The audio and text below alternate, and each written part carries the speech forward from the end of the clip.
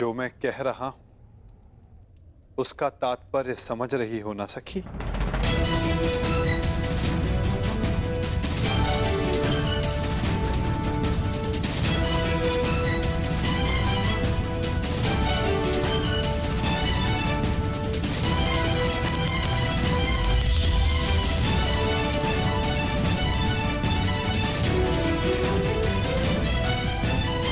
बिना देखे आपने लक्ष्य संधान कैसे किया? आपके नेत्रों में देखकर।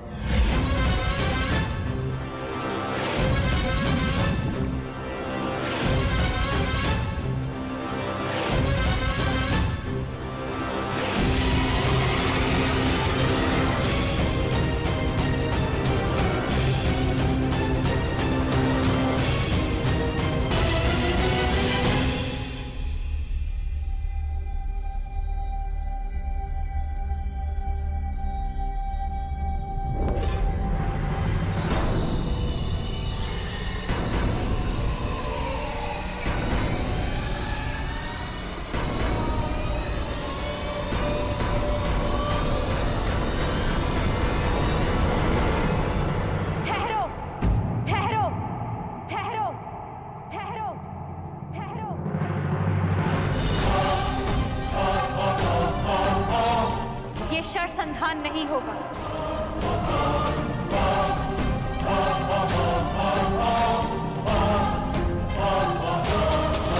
परंतु क्यों?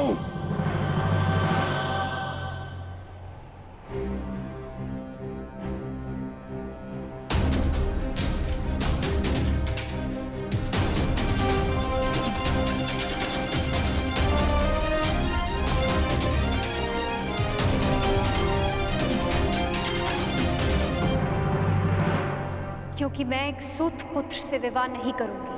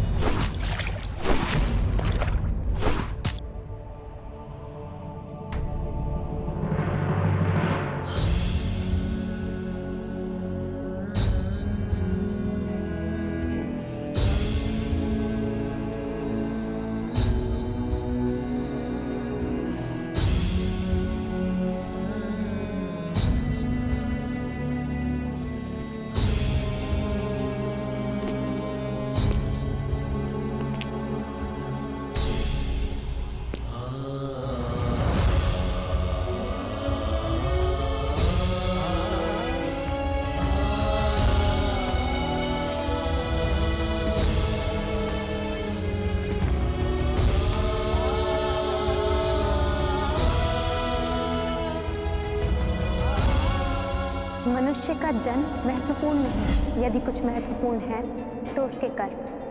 कर्म शब्दों से अधिक श्रेष्ठ माध्यम है मनुष्य और उसकी योग्यता के परिचय का।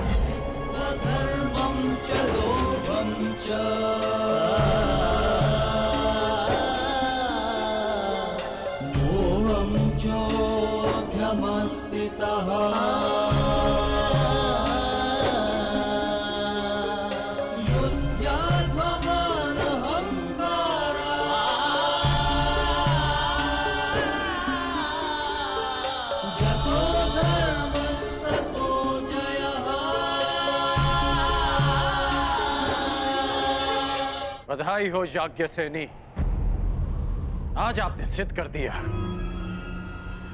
कि कभी कभी शब्द कर्म से अधिक श्रेष्ठ माध्यम होते हैं।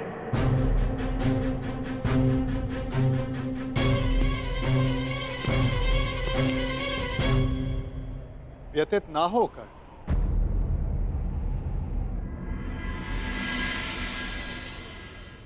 ये निर्णय स्वयंवरा का है और इस सभा में उपस्थित सभी को इस निर्णय का सम्मान करना चाहिए।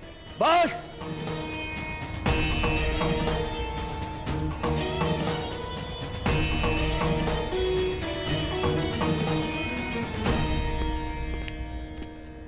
बस पांचाल नरेश, बस।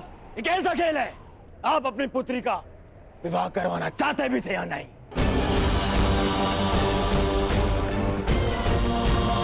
केवल अपने मनोरंजन के लिए आपने ये स्वयंवर रच लिया।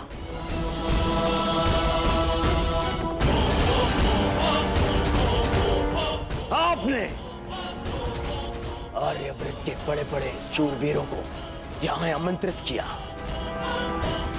किसी को ज्ञात भी नहीं था कि परीक्षण में होने क्या वाला है।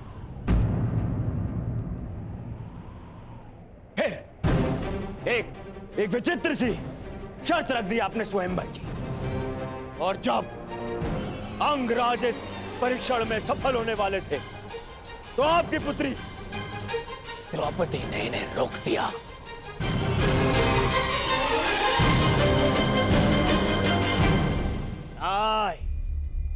ये स्वयंवर नहीं है, छल है, छल। युवराज दुर्योधन, ये स्वयंवर पांचाली के विवाह के लिए रचा गया है हस्तिनापुर युवराज दुर्योधन। और स्वयंवर स्पर्धा नहीं होती, स्वयंवरा को अधिकार है अपने वर के चयन करने का, जिसका द्रौपदी ने प्रयोग किया।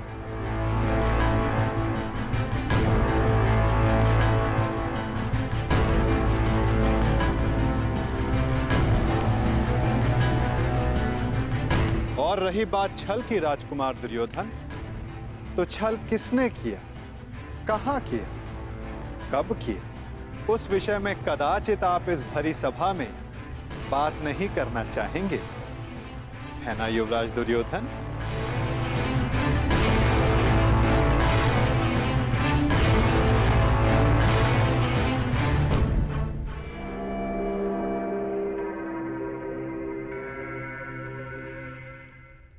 सम्राट!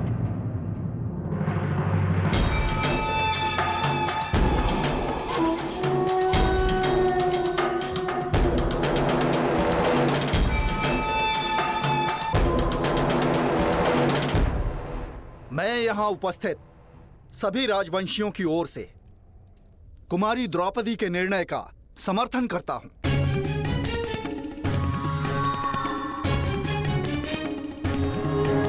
मुझे तो युवराज दुर्योधन की सोच पे आश्चर्य हो रहा है। राजकुल से होकर भी ये उन्होंने सोच कैसे लिया कि पांचाल नरेश अपनी पुत्री का विवाह एक सूत पुत्र से करेंगे। सावधान मत नरेश। सावधान तो आपको रहना था। आप कर्ण को इस सभा में लाने की भूल कैसे कर बैठे? जाइए अंगराज कर्ण, जाइए, जाके अपने अश्वों की राज संभालें। यह क्षत्रियों का स्वयंवर है, जाइए।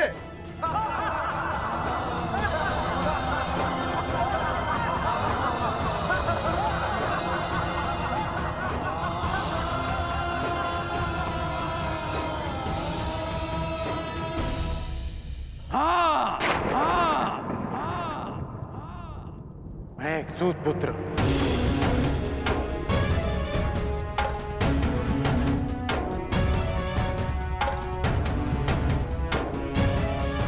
और मुझे गर्व है कि स्वयं को क्षत्रिय समझने का अभिमान करने वाले महारथियों का मार्गदर्शन एक सूत ही करता है।